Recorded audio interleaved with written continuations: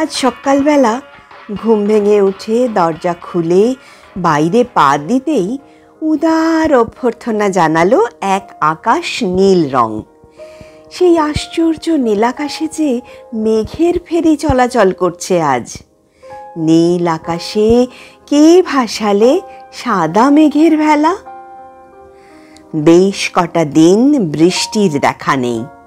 গম্ভীর বিষণ্ণ কালো মেঘের দল দিগন্তে উধাও। তার বদলে ফুরফুরে সাদা মেঘের দল হেসে হেসে ভেসে বেড়াচ্ছে আকাশময়। ক্যালেন্ডারে এখন আশ্বিন মাস, মানে শরৎকাল। এমন নীল আকাশের নিচে ঘর পেরিয়ে, দরজা পেরিয়ে, আঙিনা পেরিয়ে পথে নামলে পা দুটি যেন আর মাটিতে আটকে থাকতে চায় না। ডানা লাগিয়ে ভেসে যেতে চায় দূর দূরান্তে মেঘের সীমানায়। থেকে থেকে ডাক দেয়, ওরে ও মেঘের দল, কোথায় যাস উড়ে উড়ে, আমাকেও সঙ্গে নিয়ে যা।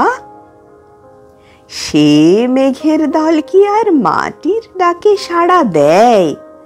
তার কি আর অত সময় আছে? সে যেন বাংলার গ্রামের গোঠের রাখাল, সিকি পাখাটি মাথায় লাগিয়ে আর তার মোহন বাঁশিটি কোমরে গুঁজে এক পাল ধবলি চড়াতে বেরিয়েছে। কিংবা এক পুতুল পুতুল হিমাচলী কিশোরী তার রঙিন ফিরহানটি গায়ে চাপিয়ে সাদা ভেড়ার পাল নিয়ে বেরিয়েছে ঘাসের খোঁজে। অথবা সাদা ইউনিফর্ম পরার স্কুল বালিকার দল যেন ছুটির পর হই হই করতে করতে ফিরে যায় নিজের ঘরের দিকে। বলে যায়, চলি গো চলি গো, যাই গো চলে। আমার মনে পড়ে যায়, মাত্র 20-25 বছর আগেও আমার এই শহরটা এমন করে ইট কাঠ পাথরের জঙ্গল হয়ে যায়নি। তখনও পথের দুধারে সারি বেঁধে দাঁড়িয়ে থাকত বিশাল সব মহীরুহ। সদ্য বর্ষায় স্নান করে তাদের শরীর যেন ঝলমলে সবুজ। শরতের সোনালি রোদ্দুর যেন তাদের পুজোর নতুন জামা পরিয়ে দিয়েছে। তখনও মখমলি ঘাসে ঢাকা কত মাঠ ছিল শহরে। পুকুর ছিল, আর তার ধারে ধারে ছিল সাদা ঢেউয়ের মতো কাশ ফুল। রাত নামলে জোনাকিরা আলো জেলে দিত অন্ধকার মাঠে।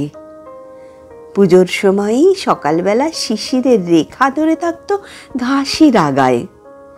শিউলির গন্ধ পাওয়া যেত সন্ধেবেলা ঘরে ফেরার সময়।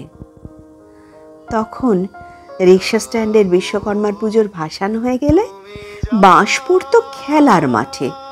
তারপর সেই বাঁশ দড়ি দিয়ে বেঁধে তৈরি হতো মণ্ডপের কাঠামো। দেখতে দেখতে তার উপরে ছাওয়া হতো ত্রিপল, আর লাল সাদা হলুদ সবুজ কাপড়ে কুঁচি দিয়ে তৈরি হতো মণ্ডপের অন্দর সজ্জা। না, থিম পুজো তখন ছিল না বটে, কিন্তু আন্তরিকতার কোনো অভাব ছিল না। রং বেরঙের টুনি বাল্ব আর রঙিন কাগজে জড়ানো টিউবলাইট দিয়েই হতো মণ্ডপের আলোকসজ্জা। বড় জোর একটা মাঝারি আকারে ঝাড়বাতি জ্বলত মায়ের মাথার ওপর। পঞ্চমীর দিন যখন ম্যাটাডোরে করে মা দুর্গা এসে নামতেন সপরিবারে, মনে হতো সারা বছরের অপেক্ষার অবসান লগ্ন উপস্থিত। ঘরে ফিরত প্রবাসী ছেলের দল, ফিরত দূর রাজ্যে কি ভিন দেশে পাড়ি দিতে শুরু করা মেয়েরাও। ঘর ভরে উঠত হাজার খুশি আর আনন্দের আলোয়। এবারেও পুজো হবে, থিম পুজো হবে।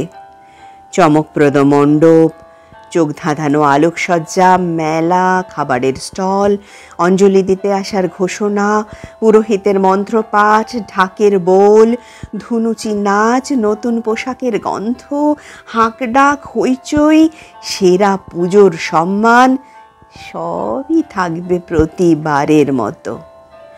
দশভুজা উমা আসবেন তার মায়ের ঘরে।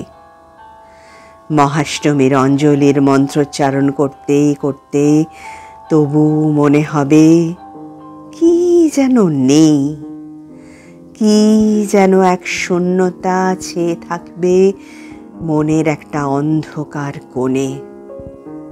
মনে পড়ে যাবে এই কদিন আগে একটি তরুণী তার কাজ সেরে ঘরে ফেরেনি।